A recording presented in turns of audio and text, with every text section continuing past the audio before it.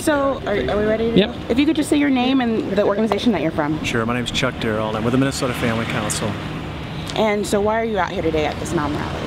Basically, we're out here to stand up for traditional marriage as between one man and one woman, the way it's been for millennium. And primarily because our organization understands that kids need a mom and a dad. I think there's a mountain of sociological and scientific data that points to the fact that kids need a mom and a dad.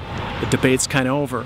I mean, to be honest with you, it's one of the things that came out of the sexual revolution and the high divorce rate, is we came to understand that kids need both a mom and a dad. They do much better in an environment where they have both a mother and a father. And by putting a child in a same-sex relationship where marriage has been legalized, it's putting him immediately at a disadvantage that the scientific and psychological data is showing. So is it safe to assume that you're against gay couples adopting? I think what the data shows that kids need a mom and a dad. If a child is a ward of the state, do they have a mother or a father? I think it's a ward of a state is if someone they don't have parents, right? But the state isn't a marriage. So I mean, we're not talking about a marriage when a child is being taken under the wings of the state. That's not a marriage. Well, I'm actually talking about gay adoption, the example of gay adoption. So if a child is not adopted and they're left in the foster care system, they're left in they're left in the hands of the state. They don't actually have a mother or a father in that instance, right? And so how is that instance of leaving them in foster care better than the instance of having a loving gay couple adopt them? I think that's really not what it's more complicated than that, and it's more. How is it more complicated? The bottom line is they need a mom and a dad. But they don't have one, the bottom line is they need a mother and a father. Even if they don't, if they're a ward of the state or they're in some other situation, it doesn't change the scientific, psychological studies that have been going on for the last 40 or 50 years with this high divorce culture that we have. Kids need a mom and a dad. They need both of them to get the complementarian influence on their lives, and you just can't get away from the data, regardless if they're a ward of the state or some other situation. So you think that taxpayers should continue to sponsor this, even though there are loving same-sex couples who may be willing to adopt these children?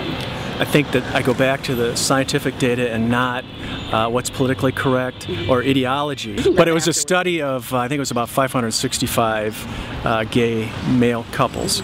And in the study it said that the majority of them agreed that the definition of a committed long-term relationship included negotiated relationships where they agreed that they should be having sex outside of that committed relationship. So the bottom line is how they define a long-term committed relationship, and that's different than what you saw the people here today. Is that how we define marriage? So when somebody says, why shouldn't two people in a loving, long-term committed relationship get married, you got to ask yourself, how do you define marriage? How do you define long-term and committed? And according to that scientific, psychological study, it was situations where the majority of the men agreed that that's healthy, logical, and beneficial to be having sexual partners on the side. Do you know if the study interviewed any lesbians? You'd have to go back and look at it. Do you think that... I think it was mostly gay men. Okay. So. Do you think that if you were to interview lesbians, the response and the ideas about monogamy might be slightly different? I don't know if that, how that would turn out. I'm just quoting that study and how they defined it, and I thought that was very, it was eye-opening. And I think it helps people here understand that the definition of long-term committed relationships is different than what they think it is when they're asked. So do you know who conducted the study? Have you done any research to see if that study is actually like a reputable study? Has it been peer-reviewed or anything like that? The study itself is brand new, so it's out. And I didn't see any reason why it wasn't a good study. Because we've known this. Are you a sociologist?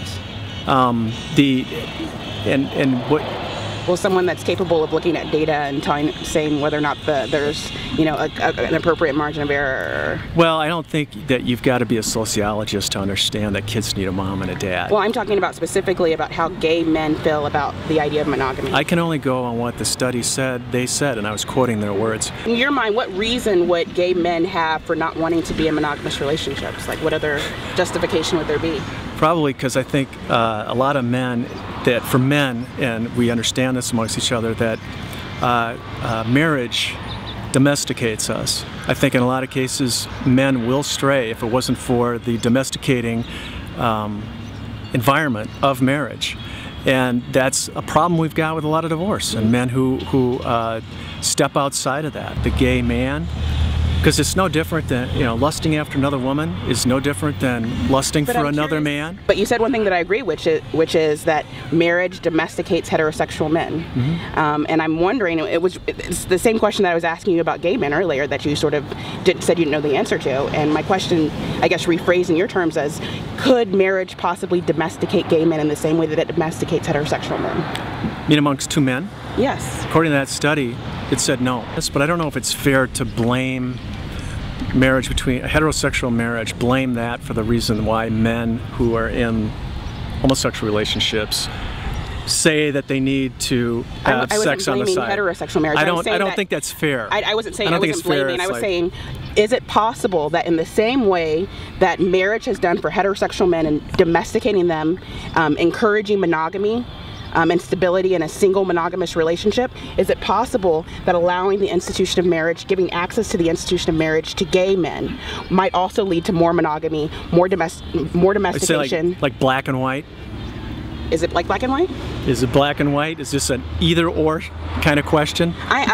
Perhaps it could for some, but for many of them I don't think they would. Okay, you're not using how much heterosexual men cheat in their existing married relationships, outside of their relationships. You're not using that as a reason to deny heterosexual couples marriage. So you're not using like the fact that men are philanderers sometimes and kind of jerks sometimes as a reason to get rid of this heterosexual institution, but you are using it as a reason to deny other people access to this institution. That seems sort of unfair. No, you misunderstood me. What I'm saying is because men do have a tendency for that, it helps us understand the desires of other men that may be different, and it helps us to understand that we're all humans, that we empathize with one another. You thought that telling this crowd that gay men, 600 gay men in San Francisco, didn't even define marriage as a monogamous relationship, didn't want to enter into a monogamous relationship, promoted empathy?